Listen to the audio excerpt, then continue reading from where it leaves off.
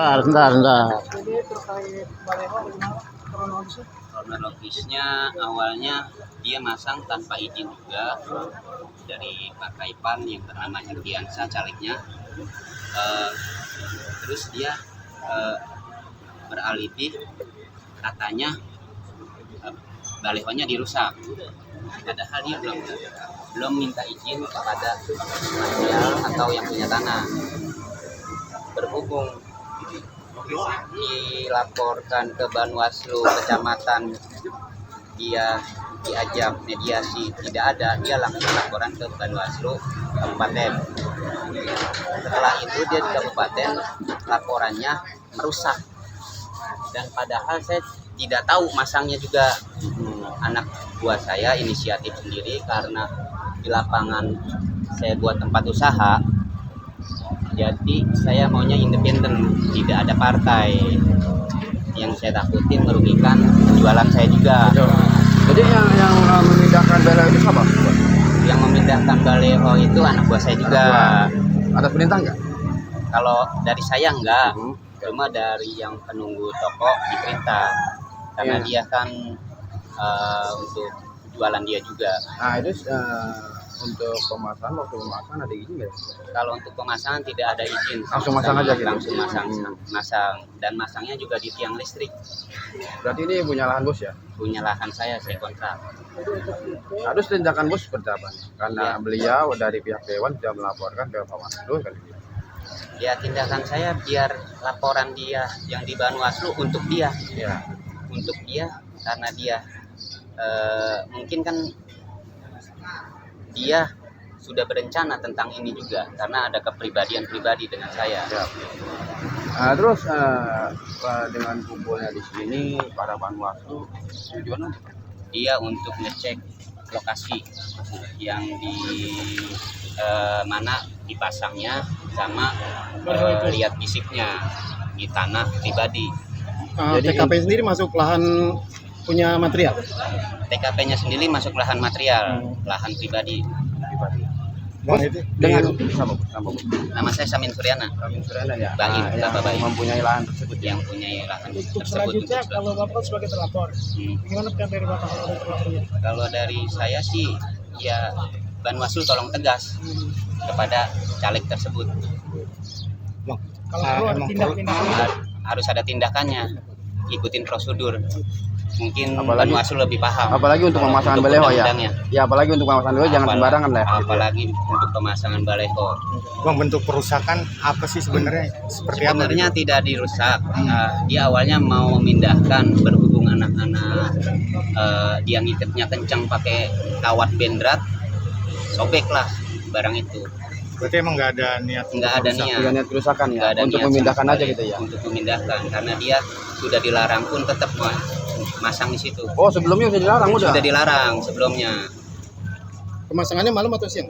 Pemasangannya, kalau untuk pemasangan saya tidak tahu. Karena kan saya dari kronologis awalnya juga nggak tahu pemasangannya dan tidak tahu dicopotinnya.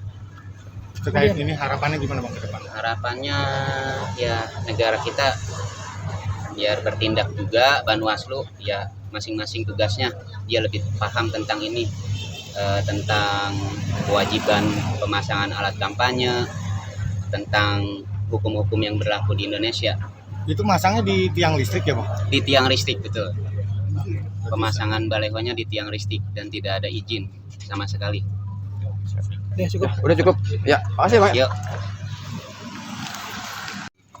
Tidak boleh kita melarang orang laporan. Nah, dalam proses laporan kita punya peraturan, namanya peraturan Bawaslu, gitu kan, terkait masalah hukum acara kita. Kita punya mekanisme. Pertama, kemarin kita kebetulan setelah kita register, kita mengundang para pihak-pihak terkait, Nah, kemudian semua kita klarifikasi, karena dalam konteks hukum kita bicara asas itu masih praduga tak bersalah, itulah kira-kira. Nah, dalam hal ini kita kesini ini ngecek lokasi terhadap apa yang dilaporkan. Jangan sampai ibarat kata laporan ini hanya sebatas laporan aja, gitu. Makanya kita cek lokasi, apakah kemudian lokasi ini apa yang sesuai dengan apa yang disampaikan oleh para terklarifikasi gitu kan, bahwa permasalahan-permasalahan yang terjadi terkait masalah laporan yang sedang kita tanganin ini terkait masalah pengrusakan alat peraga kampanye, kira-kira itu. Makanya ya kita mencari titik terang lah, hanya sampai datang ke sini. Kalau dari pihak Panwaslu, apakah ada aturan untuk pemasangan baliho itu sebelumnya gitu? Kita bicara masalah alat peraga kampanye semua diatur di dalam PKPU oleh KPU. Bahkan KPU Kabupaten mengeluarkan surat keputusan nomor 375 tahun 2023 terkait titik lokasi. Gitu kan. Mana-mana yang boleh dan mana-mana yang sekiranya tidak boleh, kira-kira gitu. Nah, kita dari Bawaslu hanya menyampaikan imbauan kepada partai-partai politik agar mengikuti semua peraturan yang dikeluarkan oleh KPU. Menurut Bawaslu, ini apakah udah benar pemasangan baliho ini? Nah, dalam konteks itu nanti ada istilah kajian. Kita tidak bisa menjudge bahwa benar dan salahnya orang laporan itu, kita hanya klarifikasi. Ya, terkait permasangan baliho ini yang pada Semeraut. Itu nanti ada kajiannya, Bang. Gitu. Iya. Karena kemarin kita hasil klarifikasi apa yang dilaporkan, nanti kita akan pertimbangkan dengan peraturan-peraturan yang ada, baik peraturan KPU maupun peraturan undang-undang. Tapi sebelumnya udah diterapkan peraturan itu kan? Oh, sudah. Iya. Bang, setelah turun ke lapangan mengecek TKP, langkah berikutnya apa, Bang? Langkah berikutnya tentu dalam proses penanganan pelanggaran ini kan kita masih perlu juga pendalaman terhadap ahli-ahli, gitu kan, baik dari KPU maupun dari ahli, karena ini adalah pidana pemilu ya, makanya kita juga mendatangkan ahli pidana pemilu. Jadi kita juga masih panjang lah dalam proses penanganan pelanggaran kita. Setelah register itu 7 hari, bila dibutuhkan kita maksimal 14 hari. Apa sih Bang harapan dari Panwaslu itu? Yang pertama tentu kalau bicara masalah pemilu khususnya buat masyarakat, ya khususnya buat masyarakat, jangan sembarangan jangan sembarangan karena sekarang ini semuanya ada aturan bicara pemilu. Jangan sembarang kalau misalkan ibarat kata kita merasa bahwa spanduk itu terpasang di lahan kita, ya kita komunikasikan lah. Kalau misalnya ibarat kata ada hal-hal yang orang-orang yang dilarang misalkan di dalam kampanye, itu silakan tolong sama-sama kita awasi lah. Itu bicara masalah pemilu ini kan kita berharap berjalan sesuai dengan aturan, kemudian lancar, tidak ada permasalahan, itu kan harapan kita. Jadi Panwaslu Kecamatan kita selalu mengeluarkan Bawaslu Kabupaten Bekasi kita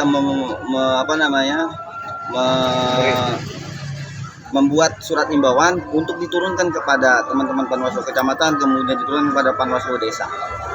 Bang, namanya siapa Bang? Nama saya Khairuddin. Sebagai Koordinator Divisi Penanganan Pelanggaran. Oh iya, siap. Ya, masuk Bang ya. Ya.